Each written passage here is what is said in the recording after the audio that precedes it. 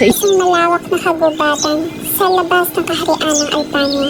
May nakagapos sa puno ng higera. Mahigpit ang pagkakagapos sa lalaking nagngangalang Florante. Nababalot ng takot ang kanyang pagkatao. Tila habong na lona ang kanyang nadarama. Tinatakasan na siya ng hininga sa sobrang panganib na nakaamba sa kanya. Oo, pangkapalaran. Ba't ganito ang pinakaloob mo? Ako ay naging mabuting anak. Ba't ganito ang kapalaran?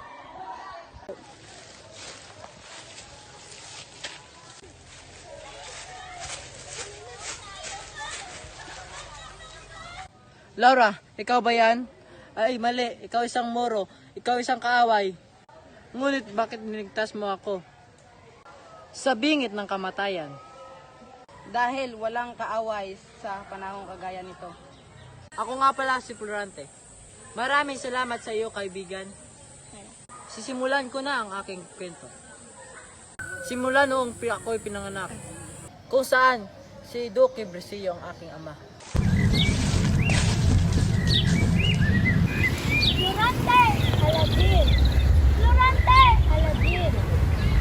Florante! Andyan ka lang pala! Aladin, andyan ka lang pala. Nang nagkita na sina Florante at Laura, kasama nila ang mga kaibigan na sina Aladin at Flerita. Nagkaroon sila ng malaking tuwa at saya. Matagal na nilang hinintay ang pagkakataong ito kaya't ang kanilang pagkikita ay isang espesyal na okasyon. Si Aladin at Flerita ay nagbabahagi rin ng kanilang mga karanasan at mga tagumpay. Nagpalitan sila ng mga payo at inspirasyon upang palakasin ang isa't isa.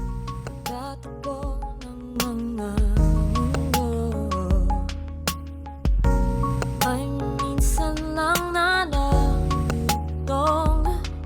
tamang-tama na ang mundong ito. Di ba ba sapat